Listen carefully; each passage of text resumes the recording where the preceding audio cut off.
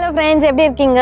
இது வந்து decorations items வந்து யூஸ் பண்ணுற ஒரு பொருளுங்க, ஒரு ஐட்டம். இதில் வந்து பார்த்தீங்கன்னா இது வந்து ஒரு 2 days ஆயிடுச்சு. 2 days ஆனதுக்கப்புறம் இது வந்து கொஞ்சம் கொஞ்சமாக அப்படியே உதிர ஆரம்பிச்சிச்சு, வாட ஆரம்பிச்சிச்சுங்க.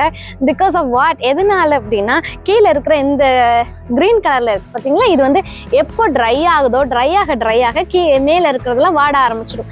கீழே இருக்கிற இந்த காரியத்தை பார்க்குறப்ப உங்களுக்கு ஒரு சொல்லணும்னு ஞாபகம் வந்துச்சு.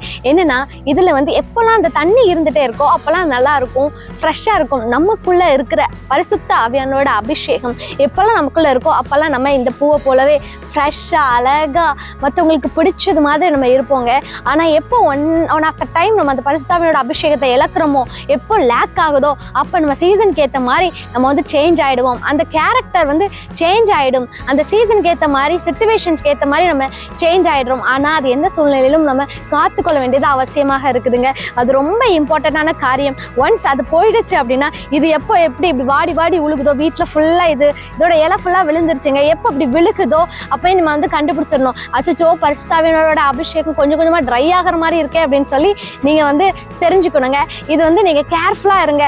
கீழே இருக்கிற இந்த க்ரீன் கலர் பேர் என்னன்னு எனக்கு தெரியல, உங்களுக்கு தெரிஞ்ச கமெண்ட் செக்ஷனில் கமெண்ட் பண்ணுங்க. God bless you.